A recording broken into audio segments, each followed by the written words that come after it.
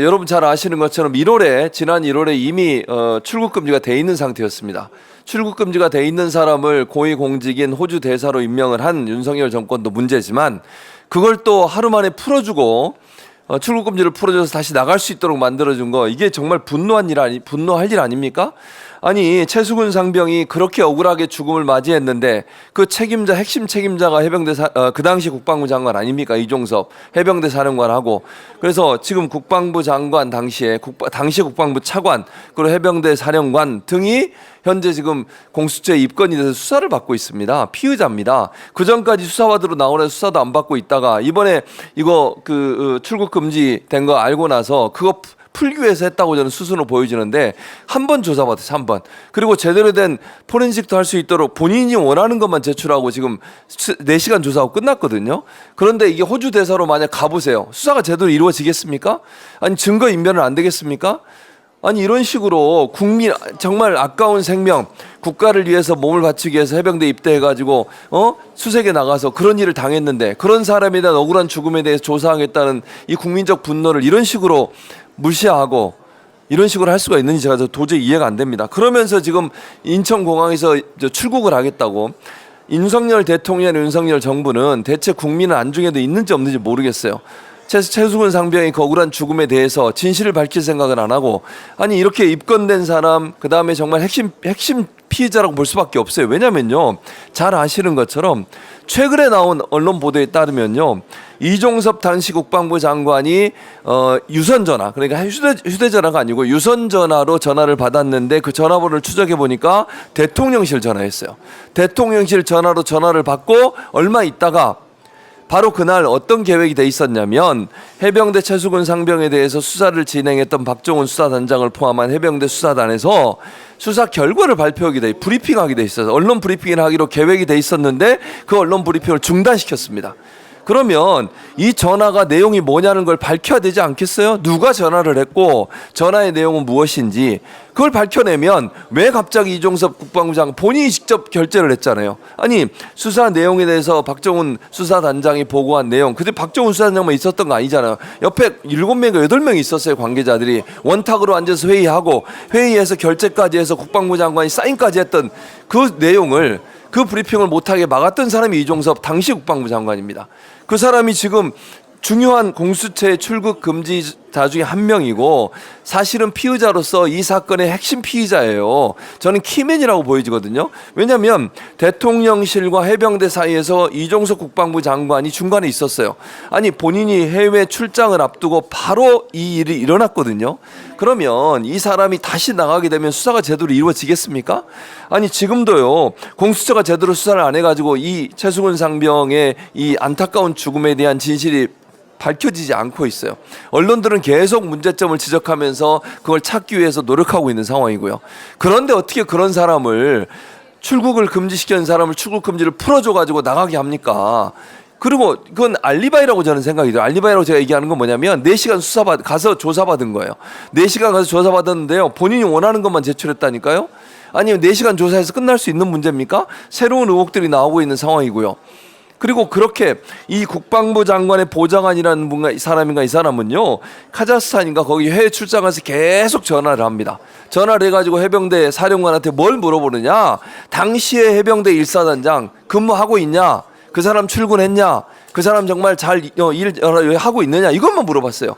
왜냐하면 초기에 사실은요, 국방부 장관한테 결재를 맡을 때, 즉 해병대 수사단장인 박정훈 수사단장이 결재를 맡을 당시만 해도 어떤 얘기가 거기서 오갔냐면 1사단장 보직 해임이 오갔었어요. 그건 어느 정도 얘기가 됐다고 저는 들었어요. 언론의 보도에 따르면 해병대 관계자들하고 국방부 장관 만난 해병 사령관하고 이제 수사단장도 있었겠죠. 그 사이에서 나눈 얘기들이 1사단장은 핵심 피의자이기 때문에 이 조사에서 반드시 보직 해임이 이루어져야 한다고 얘기를 했고, 그 당시 언론 보도에 따르면요, 차기에 1사단장을 누구를 시킬 것까지도 이미 얘기가 됐다고 그랬어요. 그런데 갑자기 입장을 왜 바꿉니까? 아니, 1사단장이 왜 갑자기 그 자리를 지켜야 되냐고요.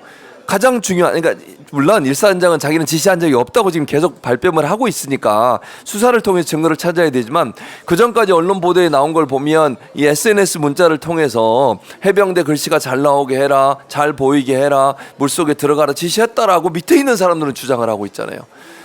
물론 지금은 다시 임성근 그 당시에 일사단장이 그런 지시를 했는지 안 했는지 명확하지 않아요. 다만 지금 현재 밑에 있었던 대대장들이나 현장에 있었던 그 지휘관들, 현장에 출동해서 최수근 상병과 함께 활동을 했던 사람들의 증언에 따르면 이 일사단장의 지시가 있었다는 게 많은 증언으로 나오고 있는 상황입니다. 그런데 그 일사단장을 보직 해임하려고 했던 그런 어느 정도의 결정이 이루어진 상태에서 갑자기 국방부 장관이 그걸 뒤집어 엎어요.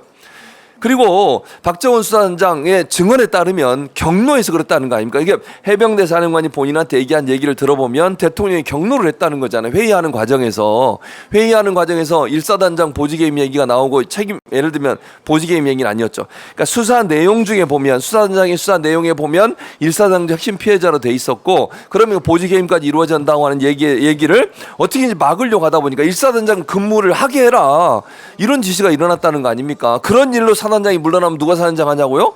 아니 이거 보세요. 보통은요 군대에서는요 인사사고 나면 지휘관이 책임을 지고 본인 직접적인 관계가 있던 어떤 책임을 지고 다 물러나는 거예요. 지휘 책임이라고 하는 거예요. 그거를 이런 일 때문에 물러난 사단장들 많습니다. 이런 인사사고 때문에 본인이 보직해임 당한 사람 많다고요. 역사를 보세요. 역사를. 그런데 그런 사람이 그렇게 해서 물러나면 누가 사단장을 하냐고. 많아요 할 사람. 아니 이렇게 억울하게 이 최수근 상병은요 10년 만에 정말 어렵게 그 부모님이 아이를 얻은 거예요. 시험관 수술까지 해가지고 그렇게 어렵게 얻은 아이를 국가를 지키기 위해서 국민의 안전과 생명을 지키기 위해서 군대 보내놨더니 싸늘한 죽음으로 돌아왔어요.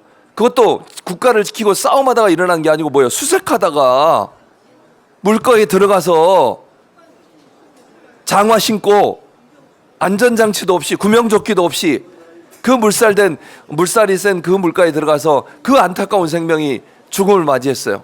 책임을 누가 지는 거예요 대체? 누가 책임을 지고 있습니까 지금? 이런 식으로 이 고귀한 생명 하나가 국가를 위해서 열심히 가서 싸우려고 갔던 군대 입대했던 이 해병대 최수근 상병이 안타까운 죽음을 맞이했고 그 일에 그 중에 가장 중요한 키맨이라고 할 수 있는 이종섭 국방부 장관을 어디다 그렇게 임명을 해가지고 호주 대사로 보내려고 합니까? 이게 있을 수 있는 일입니까 대체? 그리고 그렇게 해서 피의자로 입건이 된 공수처에서 조사하는 과정에 출국 금지가 돼 있었잖아요. 그걸 하루 만에 신청하니까 풀어줘요? 대체 이 나라의 정권은 안타까운 죽음을 맞이하고 억울한 죽음을 맞이한 군인 그 해병대 장병에 대해서 어떤 생각을 갖고 있는 겁니까 대체? 정말 분노하지 않을 수가 없습니다. 우리 국민들이 그리고 아까 의원도 얘기했지만 민주당 의원도 얘기했지만 기본적으로 지금 호주에서도 이 문제를 심각하게 봐야 된다고 생각합니다. 호주에 있는 교민들도 지금 반대를 하고 있거든요. 아마 교민들도 도착하게 되면 거기서 반대 집회를 할 것 같아요. 만약 도착하게 되면 물론 민주당 의원들이나 지금 해병 전후에서 가능한 몸으로 막아야 되고요.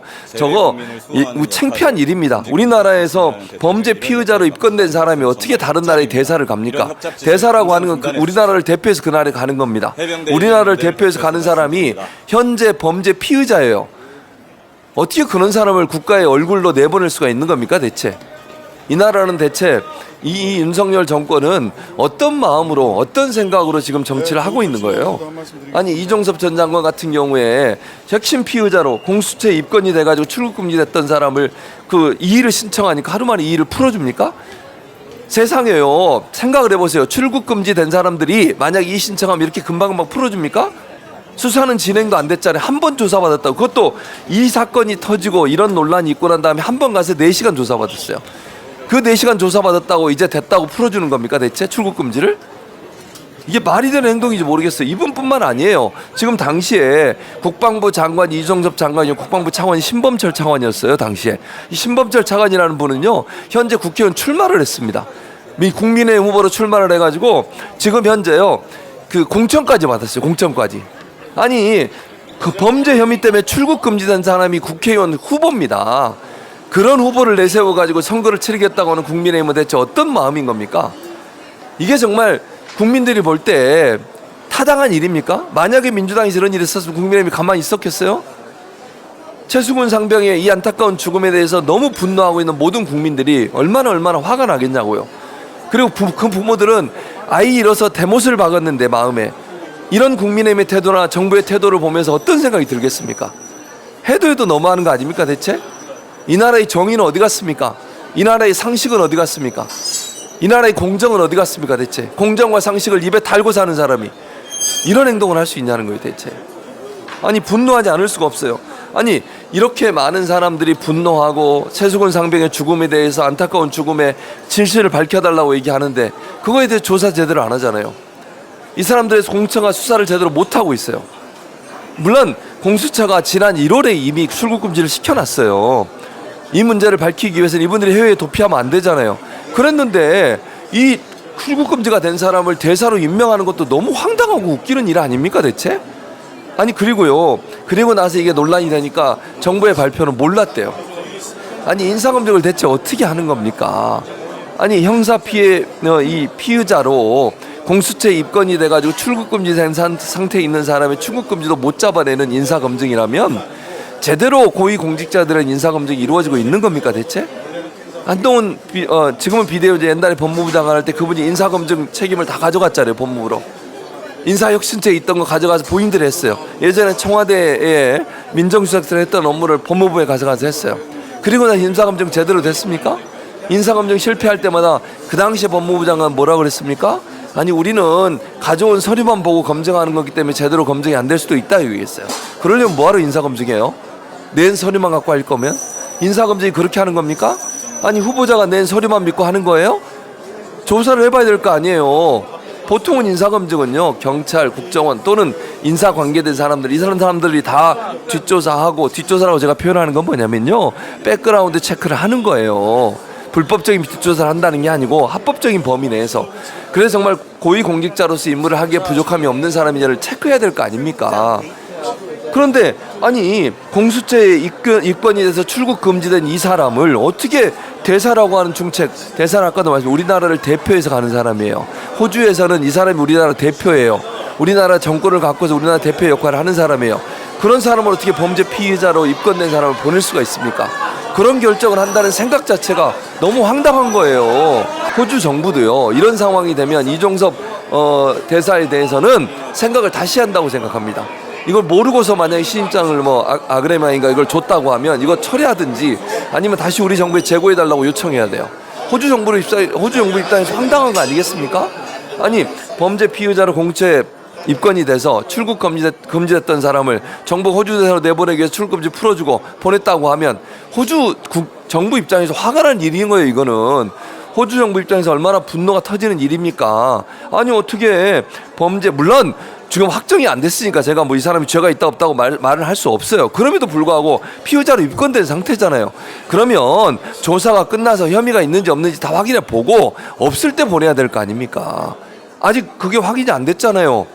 이분이 범죄 피의자로서 범죄가 있는지 없는지가 확인이 안 된 상태에서 이 사람을 어떻게 대사로 내보냅니까? 우리나라의 얼굴이라고요. 창피해 죽겠어요. 호주에서 볼 때 얼마나 황당무계하겠습니까? 이런 사람을 어떻게 내보낸다고 생각하지 않겠어요? 어떻게 이런 생각과 상상을 할 수 있는지 행동을 할 수 있는지가 도저히 저는 이해가 안 됩니다. 정말로요. 창피해서 얼굴을 못 들겠어요. 아니 이분 아니면 예를 들면 호주 대사를 할 사람이 없습니까? 그리고 지금까지는 대체적으로요 호주 대사로 임명된 분들이 이런 전직 장관 이런 분들이 갔던 게 아니고요 외교부에서 국장급 실장급을 했던 분들이 갔다고 해요. 지금까지 그랬었는데 왜 갑자기 이종섭 전 장관입니까? 격도 안 맞아요. 보통은요 주요국들 있잖아요. 미국이나 일본이나 중국 이런 데는 영국 이런 데는 보통 전 장관급이 가는 경우들이 있어요. 그런데 호주 같은 경우는 지금까지 사례를 보면 대체적으로 외교부 국장급들이 갔었어요. 실장급들하고. 근데 그런 데를 갑자기 왜 이종섭 전 장관을 보내려고 했겠냐고요. 의심이 안 들 수가 없어요. 해병대 우리 최승훈 상병의 이 안타까운 죽음의 진실을 밝히는 것을 두려워해서가 아니겠나. 최승훈 상병의 순직 사건에 책임 있는 사람들은 반드시 처벌받게 하는 것이 정의다. 그것이 법치다.